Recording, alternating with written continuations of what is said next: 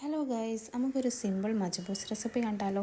അതിന് വേണ്ടി ഒരു തവയിലേക്ക് ഓയിൽ ഒഴിച്ച് കൊടുക്കാം.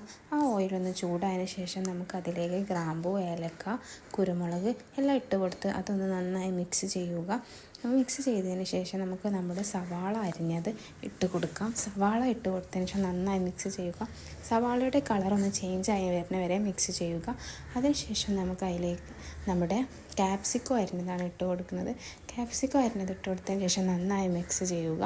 മിക്സ് ചെയ്തതിന് ശേഷം നമ്മുടെ ടൊമാറ്റോ പേസ്റ്റ് ആക്കിയത് അതിലേക്ക് ഒഴിച്ച് കൊടുത്തിട്ട് നന്നായി മിക്സ് ചെയ്യുക. പിന്നെ പൊടികളാണ് ഇടേണ്ടത്. മഞ്ഞൾപ്പൊടിയും പിന്നെ മജ്ബൂസ് പൊടിയാണ് ഇടുന്നത്. അത് 4 ടീസ്പൂണാണ് ഞാൻ മജ്ബൂസ് പൊടി ഇട്ടത്.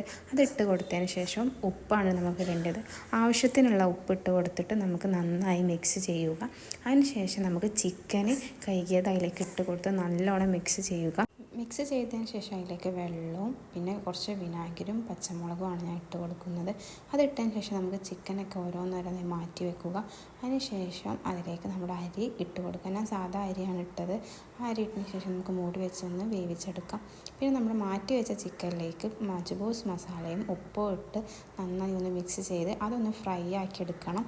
ഇത് നമുക്ക് ഫ്രൈ ആയ ചിക്കന് നമ്മുടെ ചോറിൻ്റെ മേലെ ഇട്ട് കൊടുത്ത് നല്ല സെറ്റാക്കി വെച്ച് മൂടി വെച്ച് നമുക്ക് കുറച്ച് ടൈം അങ്ങനെ സെറ്റാക്കി എടുക്കാം. നമ്മുടെ മജ്ബൂസ് റെഡി ആയി ഗൈസ്.